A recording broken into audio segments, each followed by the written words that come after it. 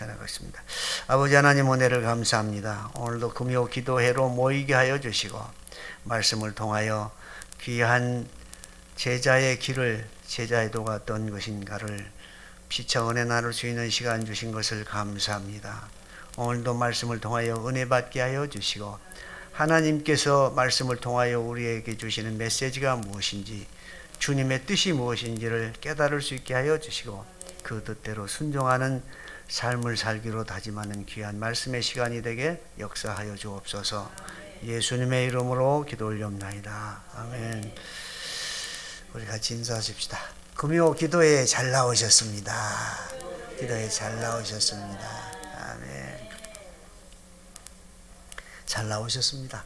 금요 기도회가 큰 교회도 안 모이는 교회들이 많아요. 안 모이고 새벽 예배도 10분의 1도 못 나오는 교회들이 많고 그런데 금요 기도에 나오신 것이 하나님의 큰 축복입니다. 우리가 그냥 정해진 시간에 나온 게 아니고 성령님께서 우리에게 감동을 주셔서 나오도록 하시고, 이 자체가 나오는 예배에 참석하는 이 자체가 축복입니다. 이것을 통해서 말씀을 통해서 큰 은혜를 받고 안 받고 하는 건 둘째 문제고, 예배에 나온 자체가 축복입니다. 그 자체가 은혜고요. 그러한 은혜 속에서 늘 감사하면서 사는 우리 성도님들 되시기를 바랍니다. 사실 오늘 본문 말씀은 25절부터 35절까지 연속되는 말씀입니다. 연속되는 말씀인데, 제가 지금 예수님의 비유 설교를 지금 오늘이 30번째인데 38가지 비유 설교가 있는데 비유 설교를 하다 보니까 오늘 본문 말씀을 28, 29, 30절만 선택을 해서 본문 말씀으로 선택을 했습니다. 사실 오늘 본문 말씀의 제목은 만대 건축의 비유인데, 부제목으로는 제자도의 삶, 제자의 삶, 이런 부제목을 붙일 수가 있습니다. 예수님께서 제자들을 선택할 때는, 뽑을 때는 개별적으로 만나서 제자들을 뽑았습니다. 그리고 그들의 잠재력, 앞으로 제자로서의 충분히 역할을 할 수 있는가, 이 잠재력이 있는가 하는 것을 보고 예수님께서는 제자들을 선택을 하셨습니다. 그 잠재력이라고 하는 것은 얼마나 현재적으로 자기 삶 속에 자기 하는 일에 열심을 가지고 있느냐,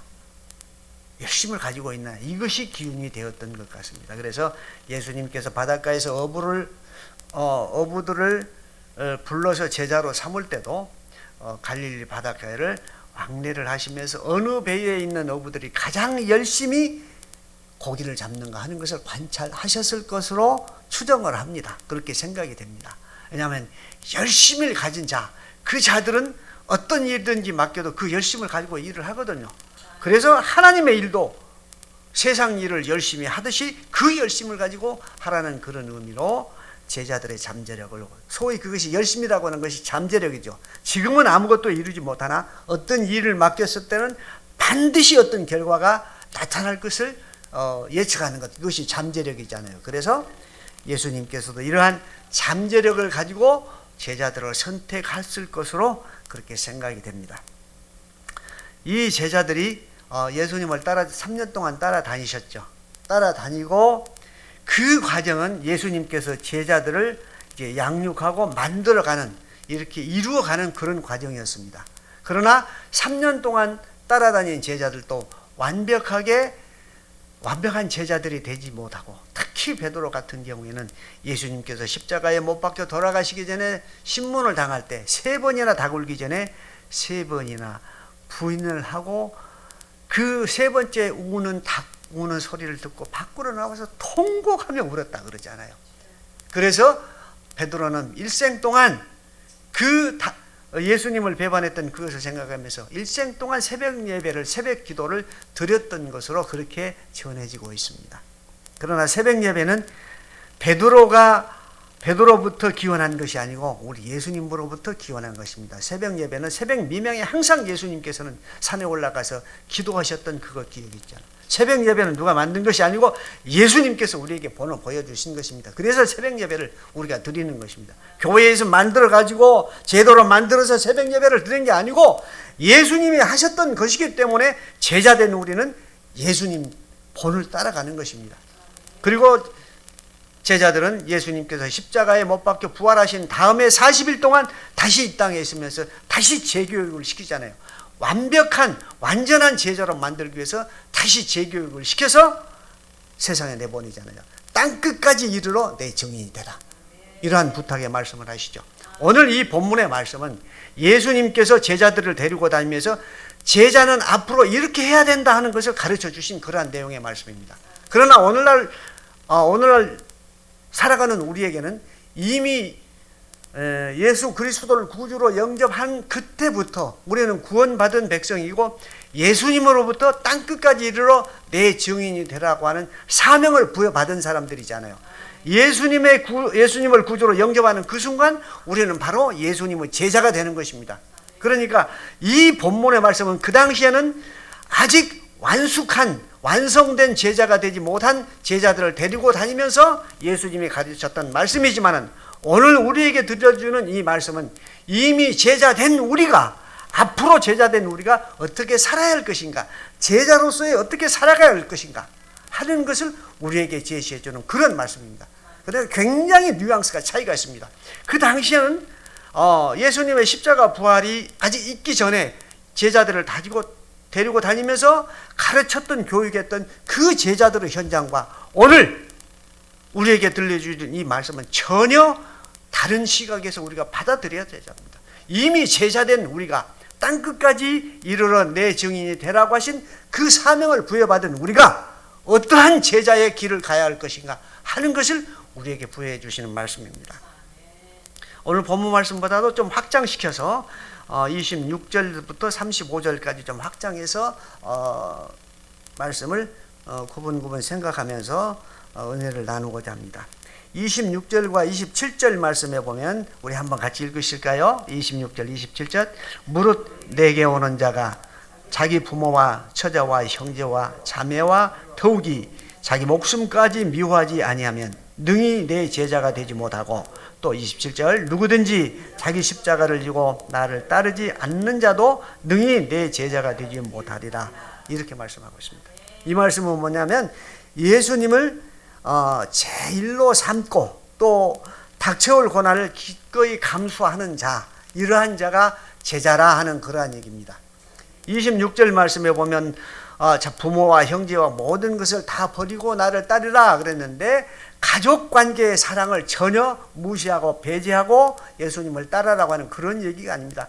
가족 사랑과 부모 사랑, 형제 간의 사랑을 그대로 유지하되 그 사랑보다도, 그 가족을 사랑하는 그 사랑보다도 예수님을 더 사랑하라고 하는 그 얘기지, 가족제도 자체를 무시하는 그런 말씀이 아닙니다. 그렇기 때문에 우리가 형제, 자매, 이웃을 모두 사랑하되 더욱더 예수님을 더 사랑해야 된다. 예수님의 말씀을 더 사랑하고 그 말씀을 순종해야 된다 하는 것입니다. 그 예수님의 사랑 안에는 가족 사랑과 이웃 사랑과 형제 사랑과 모든 사랑이 다 들어 있습니다. 예수님 사랑 그 자체는 모든 사랑의 총체적인 개념으로 들어있는 것입니다. 그렇기 때문에 예수님 사랑은 사랑의 완성이 될 수 있는 것이죠. 예수님을 제일로 사랑하는 자는 모든 형제와 자매와 이웃을 사랑할 수 있는 총체적인 사랑의 그릇이 되는 것입니다. 그렇기 때문에 예수님을 더 사랑하는 것, 그것은 곧 내 가족과 내 자녀와 내 부모와 내 형제와 내 이웃을 사랑하는 그 사랑 안에 다 들어있다 하는 것입니다. 그리고 제자가 되는 자는 자기 십자가를 지고 나를 따르라 이렇게 말씀을 하시죠. 자기 십자가라고 하는 것은 복음을 믿는데, 예수님을 따라가는데 그 복음의 걸림돌이 되는 것, 이것이 자기 십자가라고 하는 것입니다. 그것을 짊어지고 따라가야 한다 하는 그런 것입니다. 제가 가끔 이제 집회를 나가고 그러니까 부흥사들 설교를 많이 듣거든요. 왜냐하면 많이 참고를 해야 돼요. 다른 분들 설교를 많이 들어야 또 그분들을 응용해서 이렇게 되는 것이기 때문에 부산 세계로교회 손현보 목사님 간증 설교를 많이 듣는데, 그분이 전도사 시절에 고신츠 목사님이신데 전도사 시절에 전도사로 시골 교회에 부임을 했어요. 부임을 했는데 교회가 상당히 오래 1920년도에 세워진 교회니까 오래된 교회잖아요. 그런데 성도가 불과 한 20명, 30명 남짓 되더라는 얘기예요. 그런데 마을은 마을 주민이 100명 정도 사는 마을인데 첫 설교를 하면서 내가 이 교회를 100명이 출석하는 교회로 만들겠습니다. 전도하겠습니다 하고 선포를 한 거예요. 기도를 한 거예요. 그러니까 장로님이 설교가 끝나니까 전도사모님을 불러가지고 전도사님 그렇게 설교를 하시면 안 되죠. 이제 권고를 하는 거죠. 이 마을에 사는 주민이 100명인데 100명을 출석하게 한다고 말이 되는 말입니까? 이 마을에 뭐 7개 뭐 주변에 그 조그만 절들이 있고 그런 마을인데 그 말이 되는 말입니까? 그렇게 하지 않으면 그 책임질랍니까? 묻더래요. 우리 하나님이 책임지실 겁니다. 그러면서 저녁마다 100명의 그 마을 주민들 이름을 다 적어오게 해가지고 저녁마다 기도를 하는 거예요. 저녁마다 크게 기도를 하고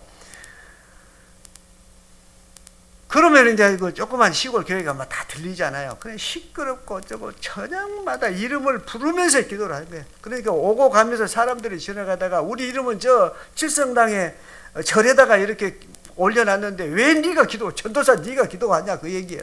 그렇게 질타가 들어오고 그래도 저녁마다 기도하고 또 하고 그래도 이제 안 돼서 저녁에 이제 한 12시쯤 되면 집마다 찾아가서 그 문마다 찾아가 대문 앞에다 손을 들고 아버지 하나님 모든 이 가족들이 다 믿고 구원받게 해주십시오 기도하고 그렇게 하면 새벽 3시 정도 된답니다. 새벽 3시 정도 되면 잠깐 또 쉬고 나와서 새벽 예배 인도를 하고 이렇게 전도를 했는데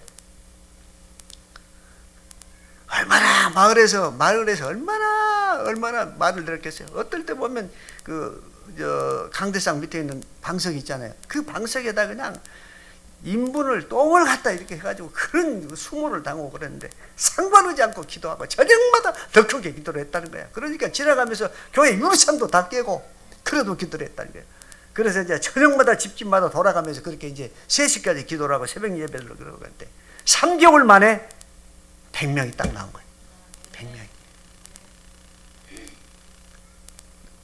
그래서 이 전도란 게 생명을 걸고 하면 되는 것이구나 하는 그런 생각을 많이 했어요. 근데 그분 살아온 과정을 들어보니까 거의 다윗과 비슷한 그러한 어린 시절의 삶을 살아왔어요. 자기 어머니가 이렇게 제처로 가가지고 거기서 자기를 낳아서 이렇게 사는 과정이 다윗도 그랬잖아요. 다윗도 어머니가 고혈 제도에 의해서 그쪽에 가서 이렇게 애를 낳고 이렇게 살았잖아요. 어렸을 때 삶의 과정을 보니까 거의 다윗과 비슷해. 그러니까 하나님께서 특별히 쓰시려고 그렇게 계획하신 그런 분 같아요. 간증 설교를 들으면 재밌는 것도 많고 한번 들어보십시오. 얼마나 배울 것이 많은지. 그래서 우리가 전도자의 자세는 이렇게 어떤 장벽이 있더라도 십자가를 지고 넘어가면 주님께서 감당할 힘을 주시지 사람이 감당할 힘 주는 것 아닙니다. 주님께서 힘을 주시면 못 이룰 것이 없습니다. 그렇게 나가면 우리 이 사랑의 교회도 큰 부흥이 있을 줄 믿습니다. 제가 이제 30번째 비유를 지금 했는데 38번째까지 비유가 이제 끝나면 저녁 예배를 좀 다른 형태로 제가 예배를 드리려고 지금 계획을 하고 있어요. 그럴 날이 빨리 좀 왔으면 좋겠습니다. 그 다음에 두 번째로 28절부터 30절까지는 망대 건축하는 자를 비유해서 말씀을 했는데 철저한 자기 점검과 준비가 있어야 된다 하는 그러한 내용의 말씀을 그렇게 하신 것입니다. 우리가 보통 그 당시에 망대 건축이 왜 이런 얘기가 나오냐면 헤롯 왕가에서 자기들의 왕가의 어떤 것을 과시하기 위해서 건물을 짓다가 중단한 것이 많이 있었대요. 그래서 이런 말씀이 예수님께서 비유로 말씀하셨다 이런 내용이 있습니다. 건축을 우리가 하려면 보통 설계 도면이 있죠. 그 다음에 이제 공사를 어떻게 해야 할 것인가 공사 방법을 기록한 시방서가 있죠. 그 다음에 시방서가 있으면 공사비는 어떻게 조달할 것인가 하는 재원 계획서가 원가 계산서가 있어요. 세 가지가 있어야 공사가 되는데, 공사가 있어도 그 자금이 조달이 돼야 공사가 원만히 진행이 되잖아요. 첫째, 설계 도면이 있어야 되고, 공사를 하는 방법 있는 희방서가 있어야 되고, 원가 계산서가 있어야 돼요. 공사비가 어떻게 조달될 것인가 원가 계산서가 있어야 돼요. 그렇게 해서 요즘에 공사가 되잖아요. 그런데 이러한 구체적인 계획이 없이 공사를 하다가 중단이 됐던 거예요. 재정 조달 계획이, 원가 조달 계획이 없이 공사가 됐다가 중단이 됐던 것 같아요. 그러니까 예수님께서 가르칠 때 세상 일도 이렇게 하지 말고 철저하게 객관적으로 이렇게 전부 계산을 해보고 그러고 공사를 해야 된다 하는 것입니다. 제자도 마찬가지입니다. 우리가 세상 일을 할 때도 확실하게 계획하면서 기도하면서 또 점검해보고 그러고 실행해 나가면 차질이 없을 것입니다. 그래서 예수님께서는 항상 철저한 자기 점검과 준비를 한 다음에 전도를 하도록 이렇게 우리에게 교훈을 해주고 있습니다. 또 31절부터 32절 말씀해 보면 제가 읽어드릴게요. 또 어떤 임금이 다른 임금과 싸우러 갈 때에 먼저 앉아 1만 명으로서 제 2만 명을 거느리고 오는 자를 대적할 수 있을까? 헤아리지 아니하겠느냐. 또 32절 만일 못할 터이면 그가 아직 멀리 있을 때에 사신을 보내어 화친을 청할지니라.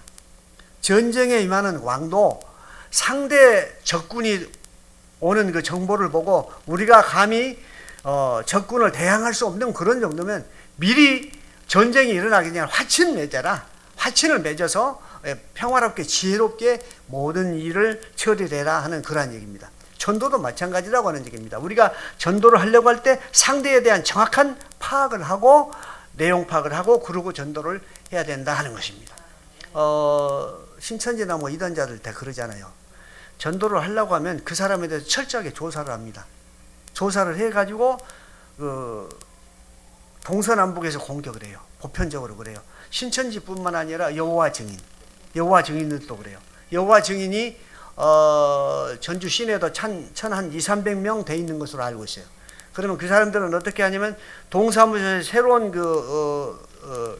사람이 이사 오잖아요. 그러면 그 사람들을 전부 조사해요.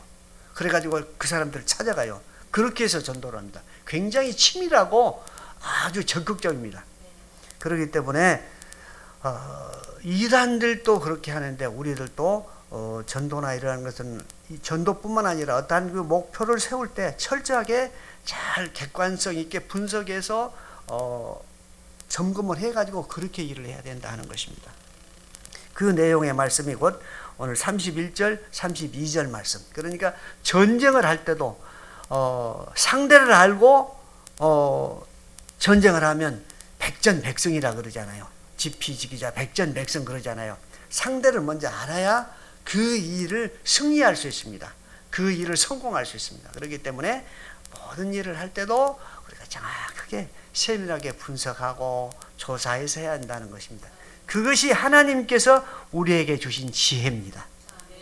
반드시 성경 말씀은 모든 것을 이렇게 예수님께서도 가르쳐 주실 때는 모든 것을 객관성 있게 철저하게 분석하고 검토해서 일을 해라 이렇게 가르쳐 주시잖아요.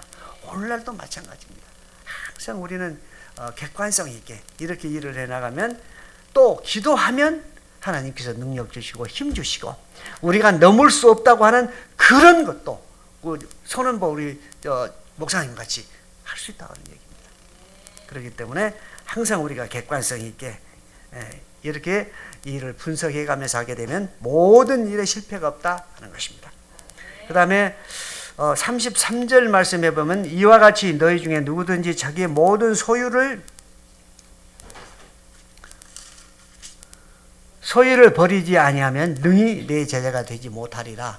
여기서 소유를 버리라고 하는 것은 물질적인 개념만을 의미하는 것이 아니고 물질, 명예, 권력, 세상에 속한 모든 것들을 버려라. 버리라고 하는 것은 모든 것을 필요 이상은 나에게서 이렇게 분리해내라고 하는 얘기가 아니고 그보다는 앞에 말씀과 같이 예수님 사랑을 복음을 더 우선시하고 해야 된다 하는 그런 얘기입니다. 자신의 소유를 다 버릴 수 있는 자, 극단적인 경우에 그렇습니다. 그러니까 그것들보다도 세상에 가지고 있는 재물이나 명예나 뭐 권세나 이런 것들보다도 예수님의 복음을 먼저 생각하면 앞에 말씀드린 총체적인 사랑과 같이 총체적인 그러한 소유의 개념, 총체적인 모든 것을 이루어갈 수 있는 그러한 능력을 주신다는 그런 얘기예요. 재물을 버리라고 한다고 해서 버리라고 한다고 해서 다 버리라고 하는 얘기가 아니고, 그것들보다도 예수님의 말씀 복음을 더 위쪽 차원 높게 생각하면 하나님께서 모든 것 다 허락하신다 하는 그런 얘기입니다. 그 다음에 34절 35절 말씀에 보면 소금을 비유해서 말씀을 해드리는데, 소금이 짠맛을 잃어버리면 버린다. 아무짝에도 쓸데가 없다. 왜냐하면 그 소금이라고 하는 건 일반 우리가 보통 여기서 쓰는 그런 소금이 아니고 암염을 얘기를 하는 거예요.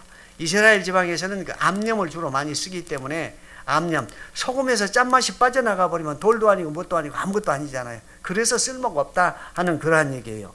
그렇기 때문에 우리가 예수님의 그 사랑, 이것을 가지고 모든 사람을 대하고 이웃 사람과 또 모든 사람들을 사랑하는 마음으로 나가지 않으면 선한 영향력이 없다 하는 얘기예요.